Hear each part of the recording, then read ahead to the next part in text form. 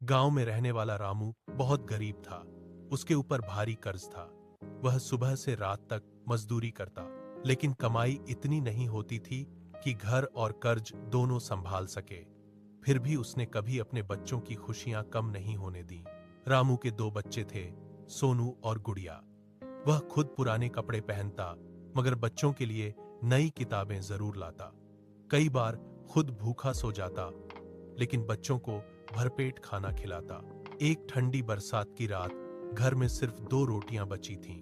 रामू ने मुस्कुराकर दोनों रोटियां बच्चों को दे दी और खुद पानी पीकर सो गया।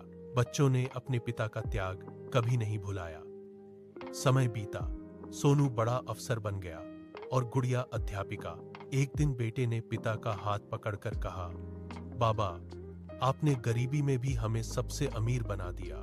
रामू की आंखों में आंसू आ गए। उसे समझ आ गया कि असली दौलत पैसा नहीं, बल्कि बच्चों को दिया गया प्यार और अच्छे संस्कार होते हैं। गांव में रहने वाला रामू बहुत गरीब था।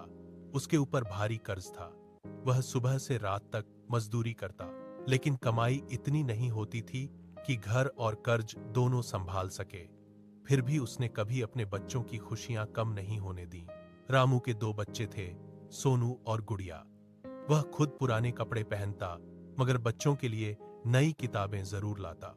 कई बार खुद भूखा सो जाता, लेकिन बच्चों को भरपेट खाना खिलाता। एक ठंडी बरसात की रात घर में सिर्फ 2 रोटियां बची थीं। रामू ने मुस्कुराकर दोनों रोटियां बच्चों को दे दी और खुद पानी पीकर सो गया।